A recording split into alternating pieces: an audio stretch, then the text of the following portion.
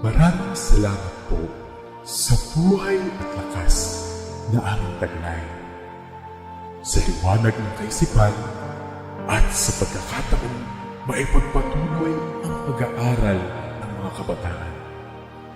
Gabayan po ang bawat isa sa amin.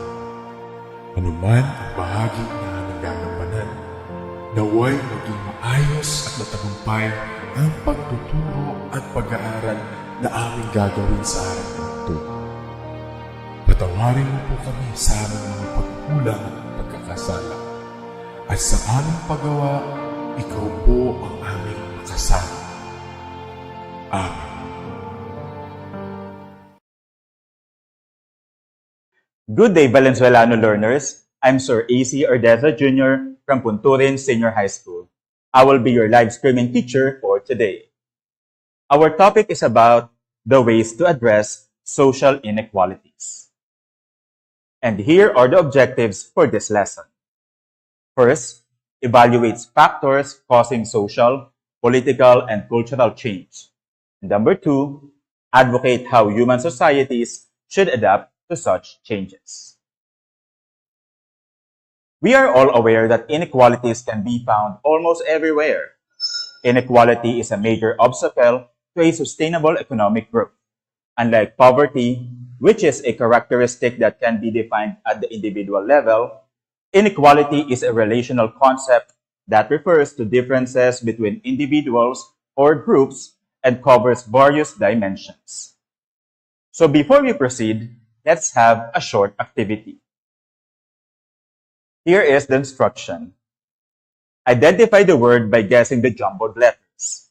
You will be given 10 seconds to think of the correct answer. Then type it in the comment section.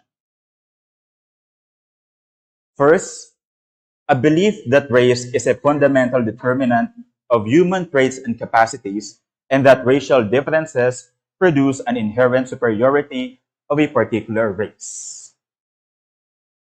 You have 10 seconds to answer the question.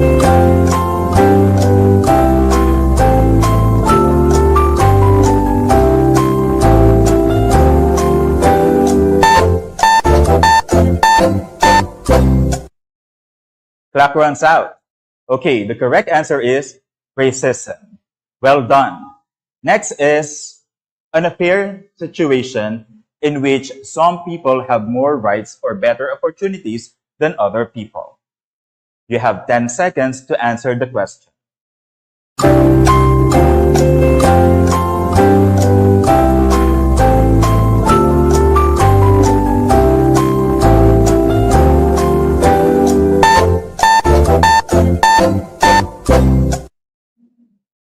Time is up.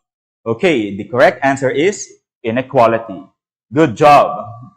Next is the behavioral, cultural, or psychological traits typically associated with one sex. You have 10 seconds to answer the question.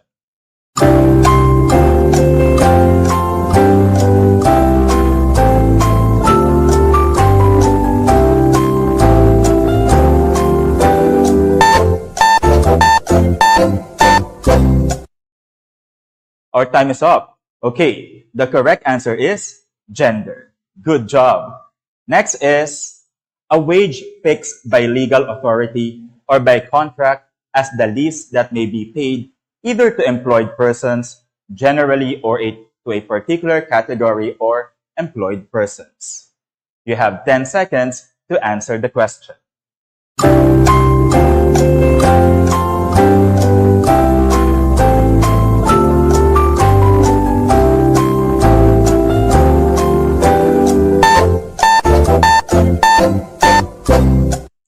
Time has run out. Okay, the correct answer is minimum wage. Good job. Next is, this is the abundance of valuable material possessions or resources. You have 10 seconds to answer the question.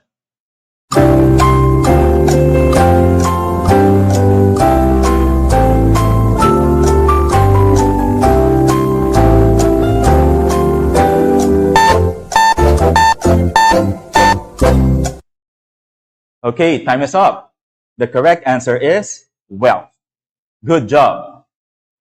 I hope you got it all right. And now, let's proceed to our main topic this morning, which is the ways to address social inequalities. Let us define first what is social inequality. Social inequality refers to differences in social outcomes, such as in education or employment, or to differences in social status or possession. Meaning, it's relational processes in society that have the effect of limiting or harming a group's social status, social class, and social circle. And by the way, social and economic inequality are strongly connected. In many parts of the world, inequality remains a major concern. Areas of social inequality include access to voting rights, freedom of speech and assembly, the extent of property rights, and access to education, healthcare, quality housing, traveling, transportation, vacationing, and other social services and goods. Apart from that, it can also be seen in the quality of family and neighborhood life, occupation, job satisfaction, and access to credit. And here are some of the effects of social inequality. To begin with, first, the reasons for social inequality can vary but are often broad and far-reaching. Social inequality can emerge through a society's understanding of appropriate gender roles or through the prevalence of social stereotyping. Men should do this while women should not do this and such. Another is social inequality can also be established through discriminatory legislation. Social inequalities exist between ethnic or religious groups, classes, and countries, making the concept of social inequality a global phenomenon. Lack of respect and tolerance is a major factor. So we must accept that each and every one of us is completely different and unique. Then social inequality is different from economic inequality, though the two are linked. Social inequality refers to disparities in the distribution of economic assets and income as well as between the overall quality of luxury of each person's existence within a society. While economic inequality is caused by the unequal accumulation of wealth, social inequality exists because of the lack of wealth in certain areas prohibits these people from obtaining the same housing, healthcare, etc. as the wealthy in societies where access to these social goods depends on wealth. Another is social inequality is linked to racial inequality, gender inequality, and wealth inequality. The way people behave socially through racist or sexist practices and other forms of discrimination tends to trickle down the effect of opportunities and wealthy individuals can generate for themselves. All of these effects primarily hit the people. Now let's proceed to another part of our discussion, which tackles on the ways to address social inequalities. First, we have increase the minimum wage. The minimum wage has failed to keep up with inflation, failed to keep up with average wages. As a result, low-wage workers are now benefiting from economic growth and productivity. When employers don't pay people enough to survive, those workers are compelled to seek government assistance, meaning taxpayers are essentially subsidizing the corporations. Second is expand the earned income tax. Expanding the earned income tax could provide financial security for millions. It is also gives low and moderate income workers a tax break. Third is build assets for working families. Asset building is how individuals, families, and communities gather the resources that will move them towards economic well-being, for now and for years to come. It is simply increasing the amount of money or access to money that you have. This is done by acquiring things that have present or future monetary value. In general, the more assets that you acquire, the higher your net worth is. Fourth is invest in education. Investments in education and equity will increase student learning and graduation rates, and in turn, secure our nation's economic future. Education is a long-term personal investment. Set new standards for your personal and professional life. Change your mindset from fixed to growth. Investment in self-education is the only investment that doesn't loses its value over time. Fifth is end residential segregation. Residential segregation in the United States is the physical separation of two or more groups into different neighborhoods, a form of segregation that sorts population groups into various neighborhood contexts and shapes the living environment at the neighborhood level. The practice or policy of keeping people of different races, religions, etc. separate from each other racial or religious segregation. They fought to end the segregation of public schools as well. By taxing progressively, respecting worker rights, and rethinking economics, we could make a great start at creating a more equal world. Extreme economic inequality is corrosive to our societies.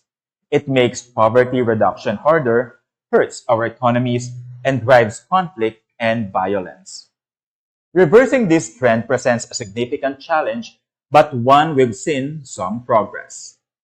Moving forward, here are the 8 ways to move the world forward in reducing global inequality by Nick Galasso and Marjorie Wood. First, we have stop illicit outflows. In developing countries, inadequate resourcing for health, education, sanitation, and investments in the poorest citizens drives extreme inequality. One reason is tax avoidance and other illicit outflows of cash. According to Global Financial Integrity, developing countries lost $6.6 trillion in illicit financial flows from 2003 to 2012, with illicit outflows increasing at an average rate of 9.4% per year. That's $6.6 trillion that could reduce poverty and inequality through investments in human capital, infrastructures, and economic growth. Second is progressive income tax. After falling for much of the 20th century, inequality is worsening in rich countries today. The top 1% is not only capturing larger shares of national income, but tax rates on the highest incomes have also dropped. How much should the highest income earners be taxed? This is obviously a question to be decided domestically by citizens, and opinions differ. For instance, economist Tony Addison suggests a top rate of 65% rate on the top 1% of incomes. Third, we have a global wealth tax. In Capital in the 21st Century, Thomas Piketty recommends an international agreement establishing a wealth tax. Under his plan, countries would agree to tax personal assets of all kinds at graduated rates. The skeptics do have a point about whether this particular plan is practical, but we shouldn't give up on the idea. Because wealth tends to accumulate over generations, fair and well-designed wealth taxes would go a long way towards combating extreme inequality. Fourth, we have enforce a living wage.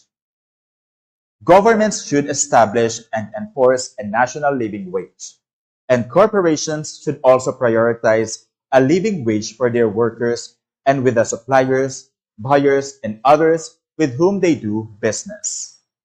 Low and unlivable wages are a result of worker disempowerment and concentration of wealth at the top, hallmarks of unequal societies.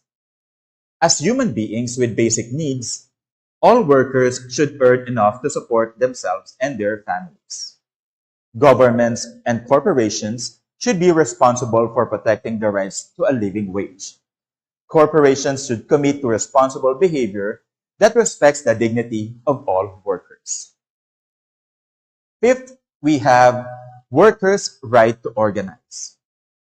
The right of workers to organize has always been a cornerstone of more equal societies and should be prioritized and protected whether this basic right is violated. Extreme inequality requires the disempowerment of workers. Therefore, the right of workers to organize and bargain collectively for better pay and conditions is a global human rights priority.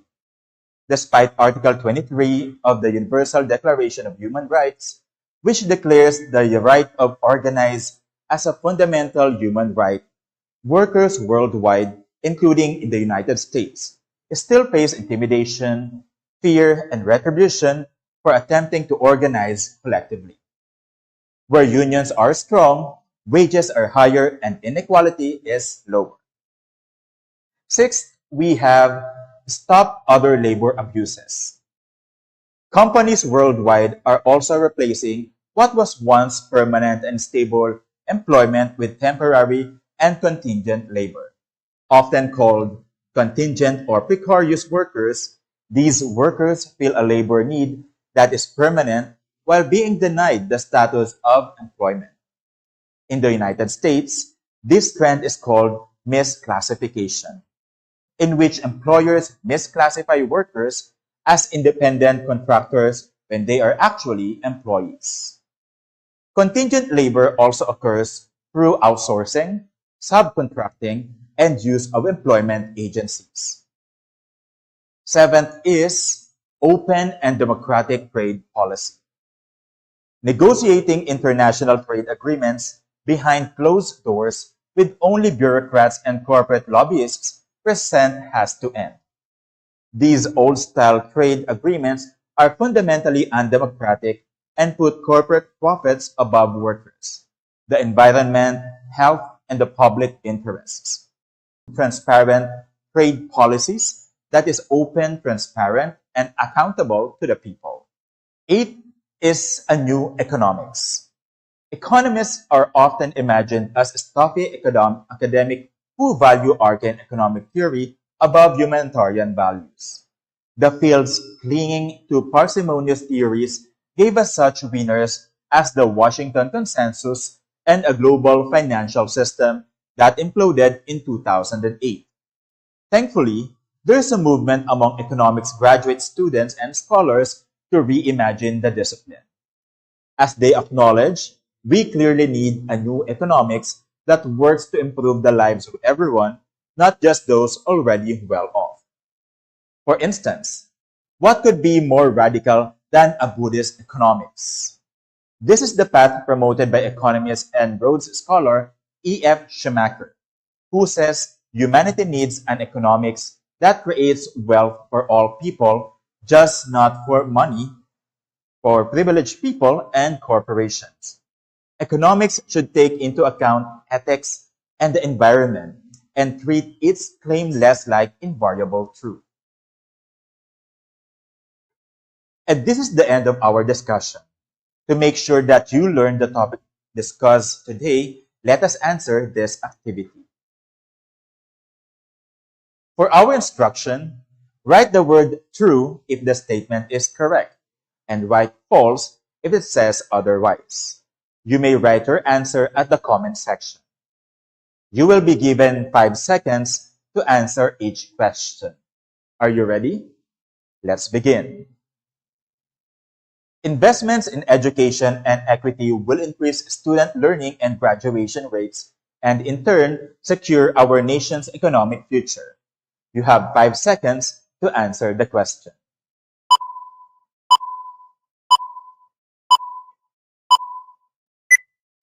Clock runs out. Okay, the correct answer is true. Well done. Next is social inequality is the same as economic inequality. You have 5 seconds to answer the question.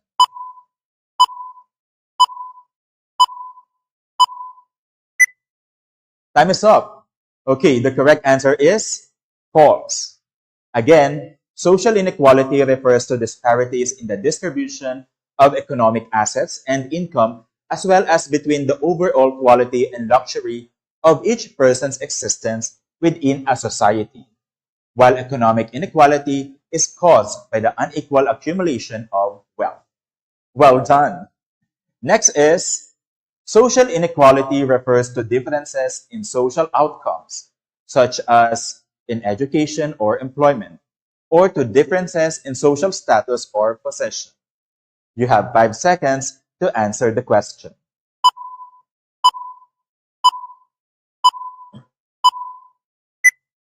Time is up. Okay, the correct answer is true. Good job. Next is, social inequality is linked to racial inequality, gender inequality, and wealth inequality. You have 5 seconds to answer the question.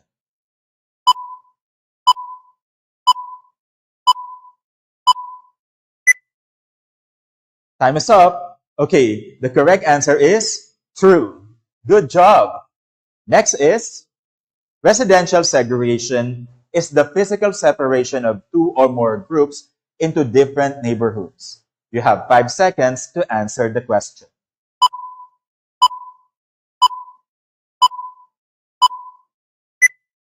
Clock runs out. Okay, the correct answer is true. Good job, everyone. So that would be the end of our discussion for today. Should you have any questions, you may clarify this to your subject teacher. Again, I'm Sir AC Ardeza Jr. from Punturin Senior High School. Goodbye and God bless us all.